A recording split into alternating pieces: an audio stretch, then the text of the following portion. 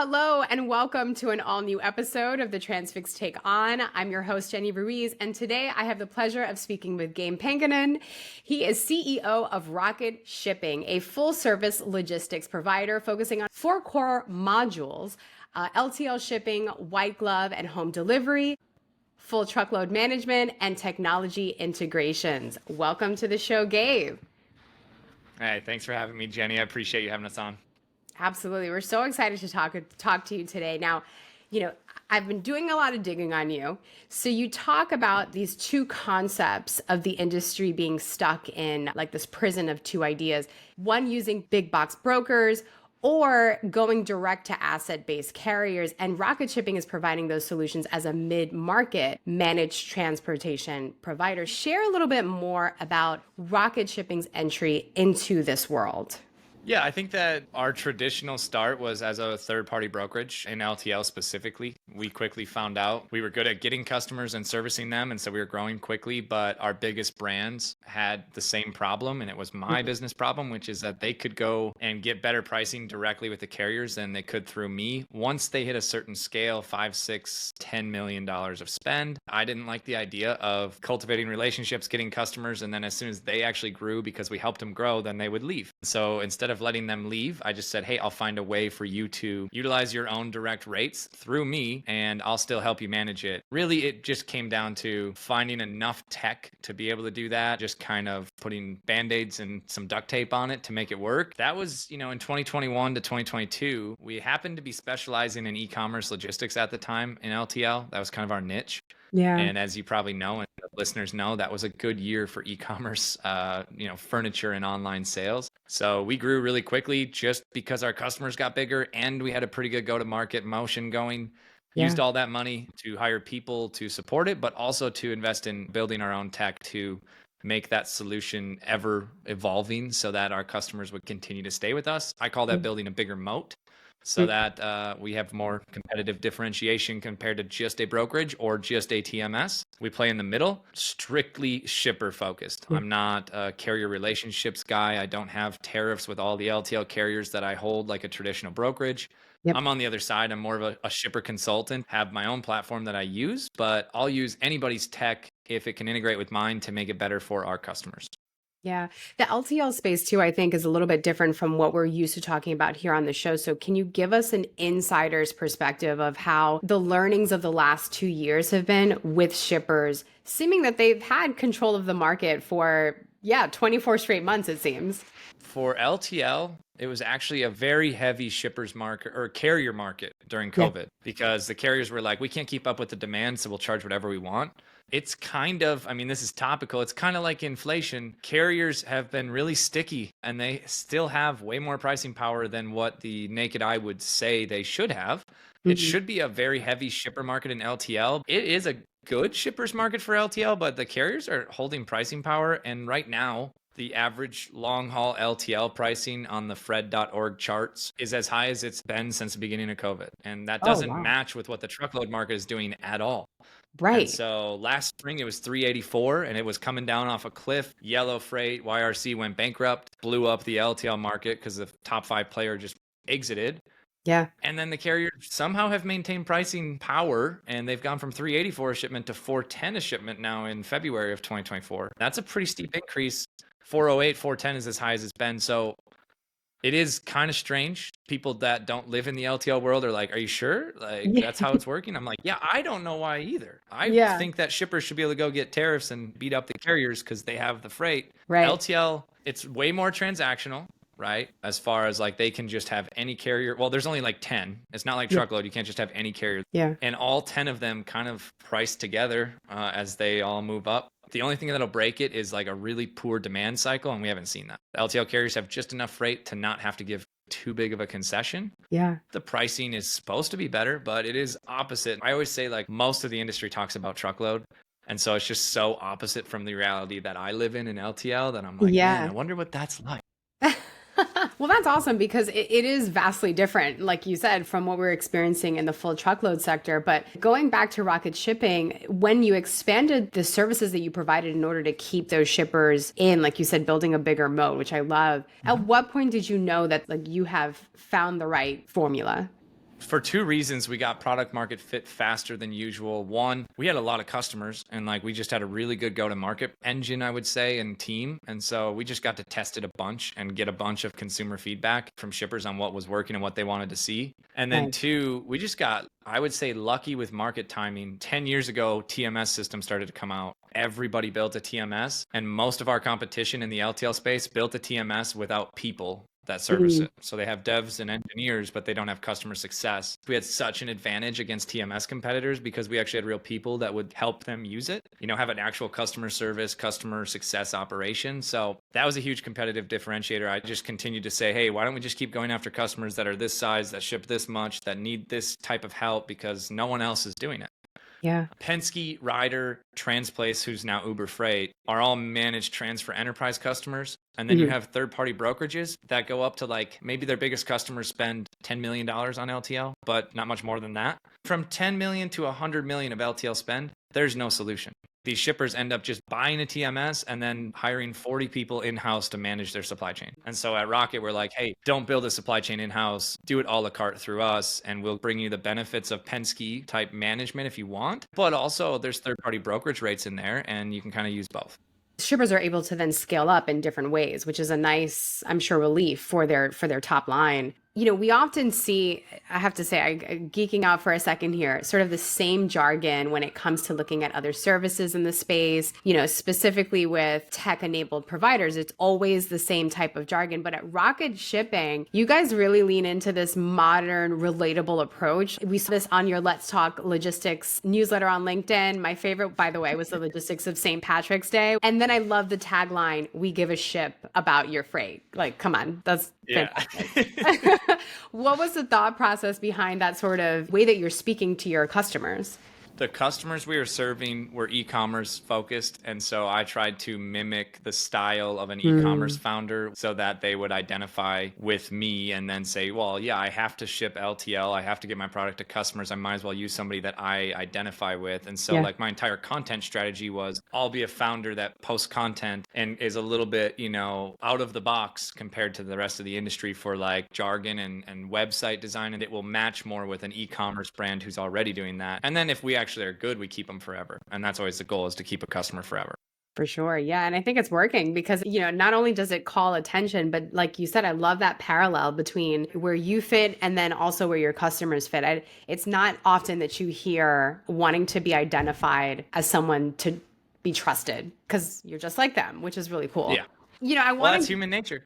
It is human nature. Yeah. And speaking of which, right, there's this need for accessibility. And I was kind of looking through some of the comments on your newsletter, which by the way are very colorful, but in the best ways. Have you always had this open, honest approach to leadership? Because you're very open about what the challenges and pain points are of running Rocket Shipping. Most people would say I'm way too open, way too transparent. I was the kid that shared everything and just talked about everything. And I was kind of weird. And people were like, why do you share that? I still overshare about everything, but my leadership style, that quality works well in leadership, I think. It maybe doesn't work well in friends groups, but it lends itself to being a CEO and in, I think, the best way, because I think every company culture, and it's cliche to say culture, but like the people that you work with, if you don't have camaraderie, then you don't have anything, right? And so I always say camaraderie instead of culture, because if you're building something, especially a startup, it's really hard. And if you enjoy building something that's very difficult to do because you're doing it with others who also kind of enjoy the suck, you're building camaraderie.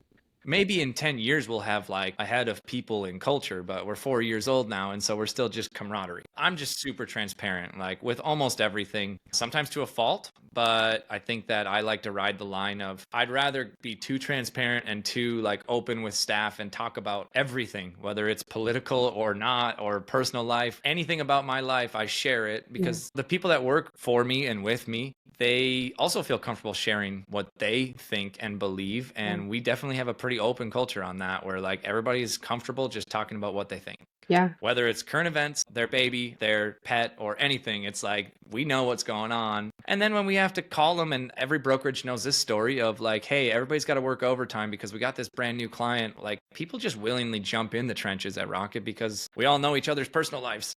And we say, hey, I know you got to pick up the kid at daycare, and I know I got to do this, but then I'll be back at 7 and you're back at 6. Let's do this. Yeah. That camaraderie speaks volumes because it's a far cry from that sort of family approach that I think a lot of companies take. It's more of a like, I understand that you're a person with a life, but we also have to work through that. So how can we do that together? But go on.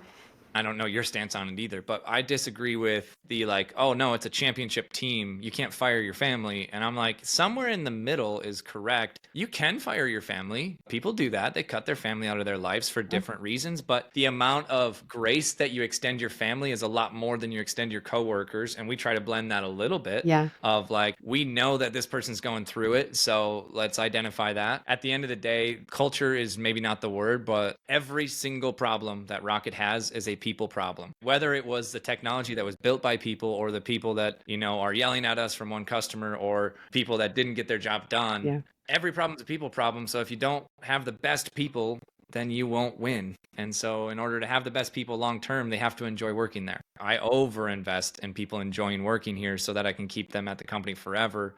Tribal knowledge is like second to none. Like having someone who just knows how to do it without having to be trained. You talk about replacement costs and turnover. Rocket shipping, we don't have people quit because they enjoy working here, but also I do everything I can to make sure people don't want to leave. Benefits, pay, or culture. Like my entire job is to architect an environment that people can be successful and enjoy working at. You are setting the standard here as a CEO, I have to say, because this is something that, especially in the startup environment, it's so important to create that safe space where you feel valued as not just an individual contributor, but as part of the team, regardless of whether you're designing a product or you're working on the ops front and speaking to customers on the phone. Like every bit of that is important. And I love that you recognize that. Well, here's the last thing too. People enjoy winning. Right? I don't know anybody that likes to lose or fail. Yeah. And even though startups fail more than they win most of the time, if you can have people that have good camaraderie, not just me, like all the other leaders at Rocket as well, if we architect an environment where we win and we are doing well, then it's kind of like a rising tide lifts all the boats. Yeah. Everybody likes to win. And then it's a feedback loop of like, well, then they enjoy working here and they stay longer and we win more. I think I'm kind of in the middle of creating a space where people really feel valued, and I like that. If they don't feel valued, it's because I didn't give them good enough description of what I would like them to do, or that role wasn't a good idea. And I've made those mistakes too, and I've moved people around plenty. Like, that didn't work for you, but this will. Yeah. And then on the other side of like, well, if we're not winning, it doesn't matter at all. Right. So you have to balance that. If you had everybody like really enjoys their job and then they get laid off, like what's happening at some really big brokerages right now, then it was not worth it. That's very true. So if we fail, it's not worth it. We have to win and enjoy it, but people enjoy winning. So I feel like a lot of these lessons are things that you learned, correct me if I'm wrong, when you co-founded rustic.com, which was a marketplace for natural, sustainable furniture and decor, crafted intentionally by small businesses, which I love that concept because I'm a big fan of just small businesses and local businesses and supporting that. But what was the idea there and how did that sort of help you transition into your next role as CEO of Rocket Shipping? Yeah, I don't talk about Rustic very often, but it was my first business. With my first business partner, his name's Troy. He still works at Rocket. He's a equity owner in the technology brand, and he's a VP of technology for us. He was a full stack developer and had his own website design company. And I was in shipping sales, right? At my previous stop for a big box brokerage. I knew how to do sales and ship stuff. And I had already identified, this is like 2017, I started identifying that e-commerce brands had to ship a lot of big and bulky stuff that wasn't going to go UPS, FedEx, Ground. And they had like 4 employees, but they might have done like $1 million revenue and spent $200,000 on LTL. I'm like, this is perfect. They need me. So I started working with those clients, and Troy is my best buddy. I was like, hey, we should start a business together. I'll ship the furniture, you build the website and do the advertising, and it'll be awesome. And like most business ideas, we just started, found out that like it was really competitive to have like ad spend and Google AdWords and Facebook ads and do all of that. And we were losing money like crazy. but we were both working our other jobs. So it was like our side thing. Mm, But all of the things I've learned at Rocket at scale, I had already learned at Rustic a little bit. I had to hire yeah. employees. And my first employee I ever hired, her name is Tessany. She's the director of biz ops at Rocket Shipping now. So she stuck with the whole time. Love it. So I had to convince somebody to quit their job and work for me at a startup that didn't have any Yeah. money. That was a skill I had to learn, to convince people to quit their jobs and work for Yeah. me. I think two things I learned from Rustic. One, business is way harder than you think it is. And then two, especially in startups, if you don't change your mind and pivot like every 2 months, you're probably going to lose. Yeah. If you don't have the tolerance or the thick enough skin to not listen to everybody else around you who's like, hey, we haven't tried this long enough, stop pivoting. That's the one thing. If I had a superpower, it was not caring what other, maybe not employees or business partners, but anybody around me. I didn't really care what they said because I knew if we just continued to iterate and fail faster, we'd figure it out. And I was willing to take all the risk. Most people don't like change. You can't pivot that fast. And I've had people at Rocket, bless them, like they're good Sure. people, but they don't work here anymore because of the change and the pivots. Yeah. And like, it's not for everybody. But if we wouldn't have done that, we wouldn't be where we're at. We would just be a small big box brokerage. So I like to think that it worked out, but that was probably the hardest part, is figuring out what doesn't work and being willing to just change my mind whenever new information came in. Yeah. And whoever can change their mind the fastest based on sets of new facts wins. Hey, it's important. I mean, we're in the world of trucking, right? And that's putting it very lightly. Like things change minute to minute, accidents happen and you have to be able to shift your strategy. So if you're not game for that, then it's not the right industry for you. Yeah, I think that maybe I'll even like hedge. I think that that's the only way to make a startup successful and the only way to break a good company too. Like once you know what works, you have to be able to stop pivoting and say, hey, stop going for all these other things. The shiny object syndrome, man, have I been victim to that before. Oh, I should start this. I should start a truckload brokerage. I should do this because I can do rocket shipping, so I could obviously do other things. The only way that Rocket will win in the next 10 years is if we figure out how to stick with what we're good at and just dominate that niche, which is obviously what I'm trying to do. But man, it's easy to get distracted from that goal. I mean, and such is life, I think, in general. But Yeah. But I'd be remiss if I didn't mention Rocket Shipping recently partnered with Transfix to offer LTL solutions. Some of the key benefits to the partnership include access to improved, faster LTL support, which Gabe, you were just talking about your on-site operations team there, an enhanced LTL experience paired with Rocket Shipping's expertise, and Transfix's modern, easy-to-use platform, from issue solution to carrier management. And then last, but certainly not least in today's times, competitive shipping rates, which as we know is wildly important today. And you just gave us a little bit of insight in what the LTL space looks like, which was eye-opening for me. But Gabe, can you share a bit about why you decided to partner with Transfix and sort of what solutions this brings to the greater supply chain space?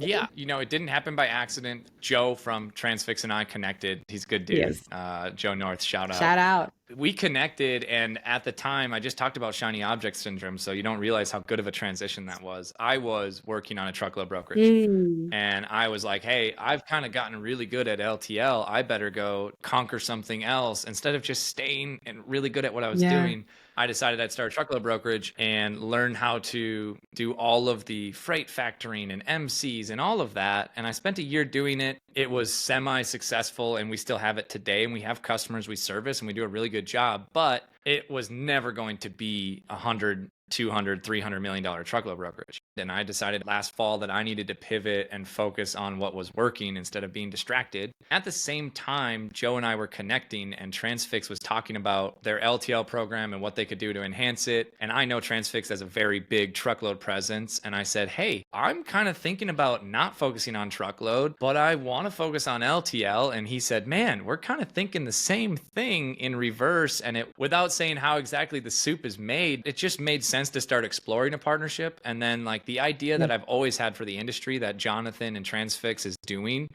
and starting to roll out is that like there should not be big box brokers that control all the technology and all the modes, and then they're just average at everything and not great at anything. We have enough technology that there shouldn't be silos anymore. And so like this is, I think, the start of like democratizing access to technology and access to marketplaces. Transfix is the shipper app and they build awesome tech. Rocket Shipping is going to support the side that's hard to do for LTL, which is the missed pickups, the reconsignments, the freight bill auditing, collections, and like fighting, disputing freight bills skills, all that, reclasses. And if you're listening to this and you're an LTL shipper, you know what I'm talking about.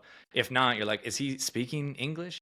But that's what we are so good at. And I think the future, I mean, I hesitate to say the future of freight, right? The next iteration is companies focusing on their core competencies instead of like trying to be everything to everyone. Transfix has opened that up with their shipper app, and I'm like super excited to continue to support that. It's been going very well. We are just going to do really good at the LTL side, and we're going to procure third-party brokerage rates, and we're going to help shippers use their own direct rates, and we're going to help them do it all in one platform, keep a consistent customer support. That's why we did it, was because we both are focusing on different modes, but what it grows into will probably be more of a marketplace approach. And I mean, there is a lot more to come with that. I have one more question before you leave. I know you have a hard stop, but I have to ask this question. You know, one thing that you don't see too often on LinkedIn is that you've listed yourself as, in this order, this is why it's specific: husband, father, then CEO. I have to ask, for the dads out there who might be struggling to put family first, what advice can you share with them? You know, I think that if you look at, try not to be too philosophical, but like if you look at why you work, why we have careers in the first place, it's only so that we can provide for our family and do the family side. You know, I got married when I was 20 and now I'm 30. So I've been married for 10 years and I've got a 5-year-old and a 3-year-old. Family's always been big to me, but I just look at life through the lens of like, what can I do to create an environment so that I can do the things I enjoy? That doesn't just mean make work scalable so I can spend time with family. I just integrate it. I don't have a work-life balance. I love building rocket shipping. My wife works with me to build rocket shipping, and the kids stay at the office and we do work late, but at the same time, I know that my identity is not rocket shipping, right? Yeah. If rocket shipping fails, I am not a failure. I had a failed business. And so I think people tie that too closely to their career, and it's high pressure. Man, if I tied my whole identity to rocket shipping, I would be a mess, because it's so hard to build a successful startup and actually like take a breath, because even when you think you're successful, you're not. And then it's up and it's down.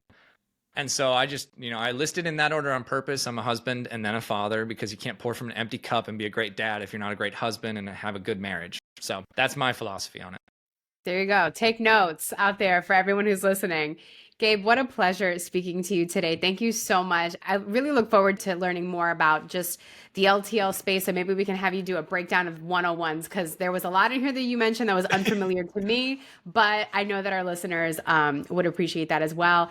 You can learn more about rocket shipping at rocketshipping.io. And Gabe, we can follow you on LinkedIn. I highly recommend doing so, because he is well-informed, brings some really cool content that's very out of the box, and including that newsletter that we spoke about earlier. Yeah, the newsletter is really fun. I had to have a creative outlet, and we have a really awesome marketing team that loves to make memes. So it was a great blending of those two methodologies. And I appreciate you having me on, Jenni, and I'm excited to partner with Transfix. And thanks. Shout out to Jonathan as well. I did shout out Joe, so shout out Jonathan as well, and have a great day. All right, you too.